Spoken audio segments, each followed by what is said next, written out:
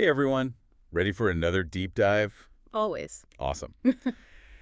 So today we're going to be talking about spirulina. Sounds good. Yeah, I've been trying to kind of boost my nutrition a bit lately, Okay. and I know you are too, maybe looking at more plant-based options.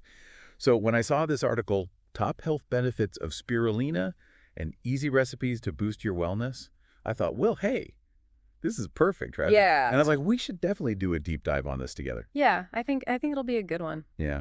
I mean, honestly, I don't know a ton about spirulina, Yeah. so I'm excited to learn. Yeah, spirulina is definitely having a moment. It's kind of being hailed as this superfood. Yeah, And it's interesting, it actually has some pretty impressive things going for it. right. It's not just like a trendy ingredient. It's actually a type of blue-green algae Oh, wow. or cyanobacteria. Cyanobacteria, okay. Yeah, it grows in both fresh and salt water, and people have been using it for centuries. Wow, I had no idea. Okay, so the article keeps mentioning that it's nutrient dense. Right. What does that even mean, really? Yeah, so nutrient dense basically means you're getting a ton of nutrients for the amount that you're actually consuming. Okay, So even a small serving of spirulina will give you a huge range of vitamins and minerals. okay.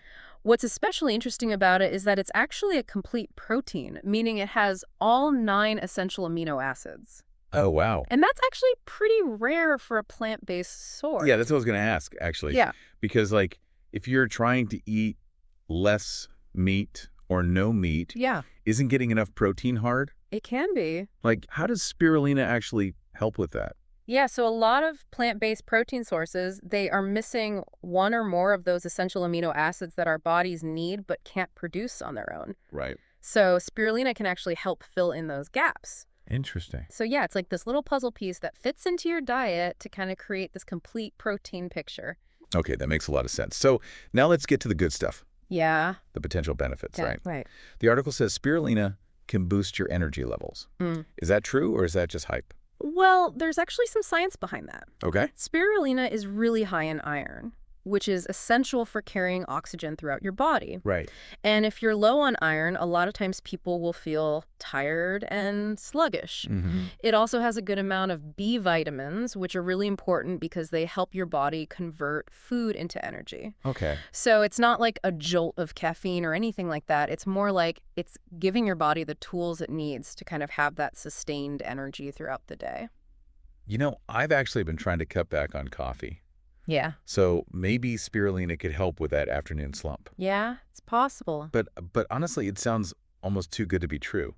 Yeah. Like, what about all these other benefits? Yeah. They list immune support, gut health, even detoxifying properties. There's really good research backing all that up. Well, there is a lot of promising research out there, but I think it's important to be realistic too, right? Right. Some benefits definitely have more scientific evidence than others. Yeah. For example, though, spirulina is a potent source of antioxidants, Okay. especially one called phycocyanin. Okay. And that's actually what gives spirulina that vibrant blue-green color. Oh, wow. Yeah, and phycocyanin, you can kind of think of it like little warriors in your body that fight off inflammation, Okay. which can in turn boost your immune system. So it's not just about getting nutrients in. Yeah. It's about protecting your body from damage, too. Exactly. Oh.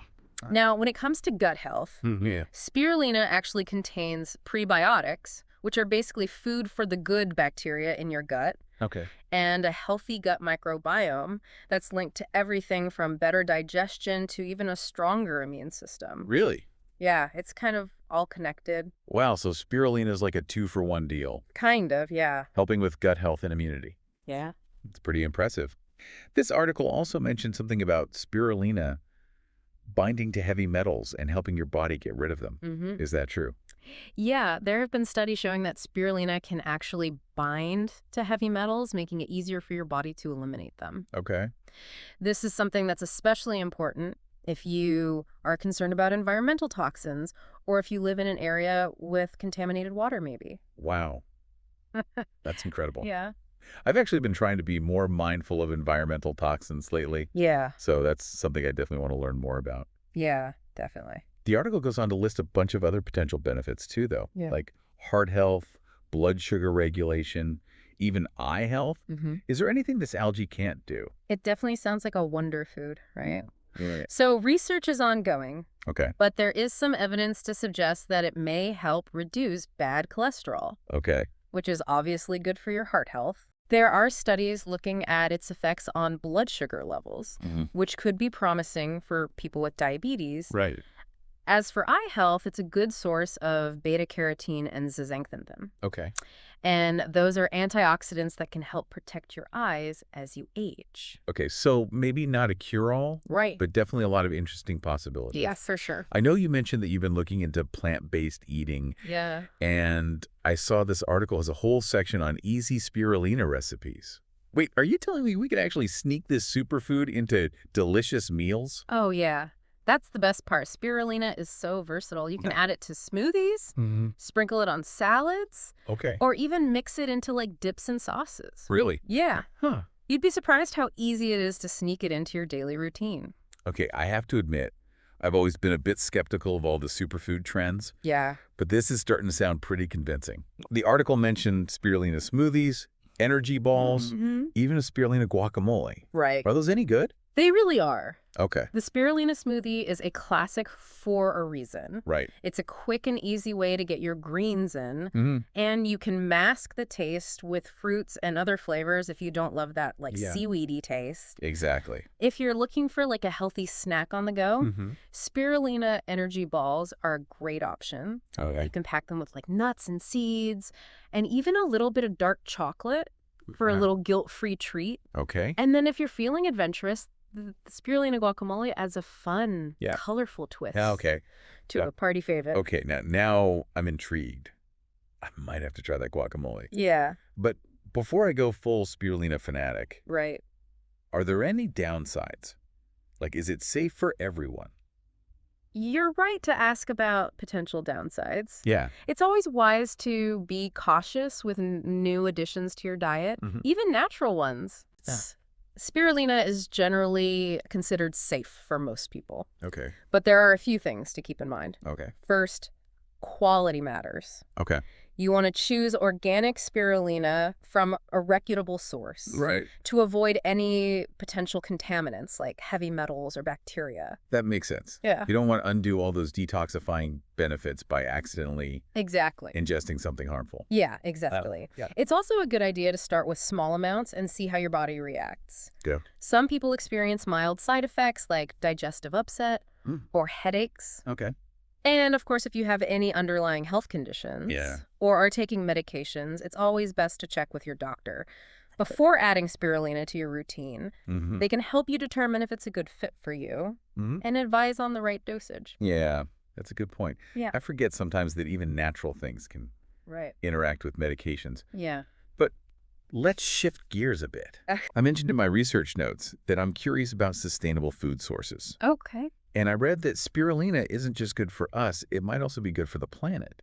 You're absolutely right. What a... Spirulina is actually being explored as a potential solution for global food security and environmental sustainability. Okay. It's incredibly efficient to grow. It requires significantly less land and water compared to traditional crops. Okay. And remember, it's a complete protein source. Right. So that means it could play a vital role in combating malnutrition in areas where food is scarce. Wow, that's amazing. Yeah. It's incredible to think that something as small as algae could have such a big impact. It really is. And it just goes to show that sometimes the smallest things can make the biggest difference. Right. It's all about thinking outside the box and exploring innovative solutions to the challenges that we face. Speaking of thinking outside the box, this whole conversation has me wondering if there are other undiscovered superfoods out there. Are there other contenders on the horizon? There are always new discoveries being made. Okay. Researchers are exploring all sorts of fascinating natural ingredients with potential health benefits. Yeah. For example, there's chlorella, Okay. another type of algae that's getting a lot of attention for its nutrient profile and potential to support detoxification. Yeah. And then there's the whole world of seaweeds. Right. Some of which are packed with essential minerals and antioxidants. A whole underwater world of superfoods. That's pretty mind-blowing. It makes you realize that we're just scratching the surface when it comes to the potential of Yeah. these natural resources. Right. And who knows what other discoveries are waiting for us. Right. There's so much left to explore. I'm definitely feeling inspired to do some more research. Yeah. But before we get too carried away, let's circle back to something you mentioned earlier about being cautious and doing your research Right. before jumping on any health trends. Mm-hmm. In a world overflowing with information, how can we be sure we're getting accurate and reliable insights, Mm-hmm. especially when it comes to health and nutrition? It can be tough. Yeah. We're bombarded with all these health claims and miracle cures all the time. Right. So it's crucial to be a critical thinker. Yeah. One of the first things I always look for is scientific evidence. Okay. Are there studies that have been published in reputable journals that support the claims being made? So don't just take someone's word for it, Exactly. no matter how convincing they sound. Exactly. Look for research from universities, government health organizations, places like that. Okay. And be wary of anything that sounds too good to be true. Right.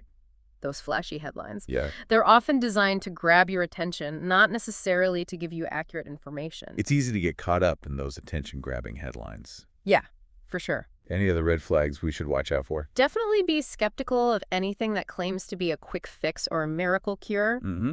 Real health benefits usually come from consistent, healthy habits, Right. not from some magic pill or supplement. Yeah. It's also a good idea to cross-reference information from multiple sources. Okay. If you're seeing the same information repeated across several credible sources, Right. it's more likely to be accurate. So do your homework. Yeah. Don't rely on just one website or article. Precisely. And at the end of the day, remember that everyone is different. Right. What works for one person might not work for another. Yeah. If you're unsure about something, the best thing you can do is talk to your doctor Okay. or a registered dietitian. Yeah. They can give you personalized advice Mm-hmm. based on your individual needs and health history. That's great advice. Right.